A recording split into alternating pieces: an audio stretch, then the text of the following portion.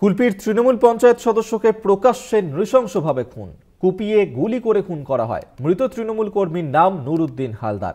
মূল অভিযুক্ত আইএসএফ কর্মী ইলিয়াস হালদার সহ গ্রেফতার করা হয়েছে দুজনকে। ঘটনায় ফের তৃণমূলের গোষ্ঠীদ্বন্দ্বের অভিযোগ সামনে এসেছে। রাজনৈতিক গোষ্ঠীদ্বন্দ্বের জেরে খুন বলে মানছে না পরিবার।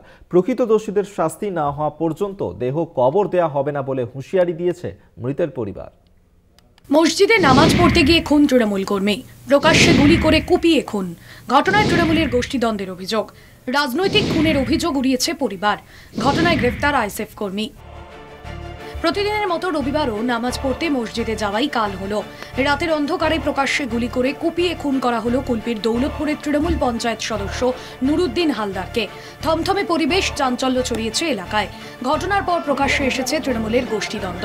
কুলপির দৌলতপুরের তৃণমূল পঞ্চায়েত সদস্য নুরুদ্দিন হালদার খুনে দলের বিধায়ক যোগরঞ্জন হালদার ও দক্ষিণ গাজীপুরের অঞ্চল সভাপতি আব্দুর রহিম মোল্লার মধ্যে বিরোধ প্রকাশ্যে এসেছে। খুনের পাল্টা খুনের অভিযোগ এনেছেন কুলপির তৃণমূল বিধায়ক যোগরঞ্জন হালদার। ওদের পুরনো ঘটনা আছে, পঞ্চায়েতের আগে একটা মার্ডার হয়েছিল, তার পাল্টা মার্ডার, যাকে ইন্ধন দিয়েছে রহিম মাস্টার, দিয়ে এটা করিয়েছে। আমরা এইসব রাজনীতি করি না। মানে অঞ্চল সভাপতি ইন্ধন দিয়েছে বলছেন, তাই তো? আপনাদের এই দল? হ্যাঁ, অঞ্চল সভাপতির ইন্ধনেই সব হয়েছে। তৃণমূল কর্মী খুনে বিধায়কের ঘনিষ্ঠরা জড়িত বলে দাবি করেছেন তৃণমূলের অঞ্চল সভাপতি আব্দুর রহিম মোল্লা।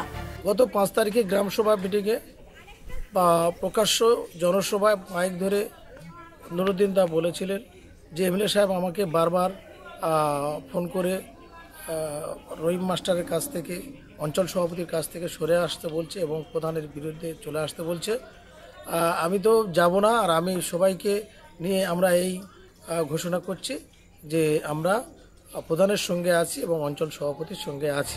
ইতিমধ্যেই পুলিশ ঘটনায় এসএফ কর্মী ইলিয়াস হালদার সহ দুজনকে গ্রেফতার করেছে। সূত্রের খবর, দৌলতপুরের বাসিন্দা ধৃত ইলিয়াসের দাদা নির্দল সমর্থক আলফাজ হালদার গত পঞ্চায়েত নির্বাচনের আগে খুন হন। পাল্টা বদলা নিতেই কি ফের খুন, উঠছে প্রশ্ন। আইএসএফ খুনের রাজনীতি করে না, এমনটাই দাবি জেলা নেতৃত্বের। সর্বপ্রথম বলি, আইএসএফ এই খুনের রাজনীতি করে না, শান্তিপ্রিয় রাজনীতি করে। আমরা কখনো এই খুনের পক্ষে রাজনীতি আমরা করি না, আর এর পক্ষে কখনো আমরা থাকি না। কিন্তু মূলত বক্তব্য হচ্ছে আমাদের যে এই যে নুরুদ্দিন খুন হয়েছে, এটা প্রকাশ্যে গোষ্ঠীদ্বন্দ্ব সামনে চলে এসছে। রাজনৈতিক গোষ্ঠীদ্বন্দ্বের কারণেই খুন বলে মানছেন না পরিবার। প্রকৃত দোষীর শাস্তির দাবি জানানো হয়েছে।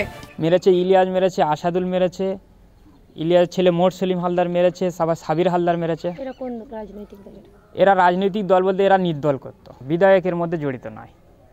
আমাদের এটুকুই বিশ্বাস আছে বিধায়ক এর মধ্যে জড়িত নয়। বিধায়ক আমাদেরকে এত বছর আমরা বিধায়কের সাথে মিলছি, চলছি, বা আমার এই কাকারা যা আশা করছে, বিধায়ক এত বড় ক্ষতি আমাদের করবেন না। এই মসজিদের সামনে ভর সন্ধেবেলা দুষ্কৃতীরা যারা একেবারেই কিন্তু অন্ধকারে ওঁত পেতে ছিল, যখন নামাজ পড়তে নিহত নুরুদ্দিন হালদার এই মসজিদের উদ্দেশ্যে আসে, ঠিক এই মসজিদের সামনেই তার ওপর আক্রমণ করা হয়, কয়েক রাউন্ড গুলি ছোড়া হয় এবং তারপর ধারালো অস্ত্র দিয়ে এলোপাথারি কোপানো হয়। পরিবারের একই দাবি, তারা অনড় রয়েছে সেই দাবিতে যে অবিলম্বে দোষীদের গ্রেপ্তার করে কঠিন থেকে কঠোরতর শাস্তি দিতে হবে, তারপরেই কিন্তু দেহ কবরস্থ করা হবে। কুলপি থেকে কোয়েল মণ্ডল, কলকাতা টিভি।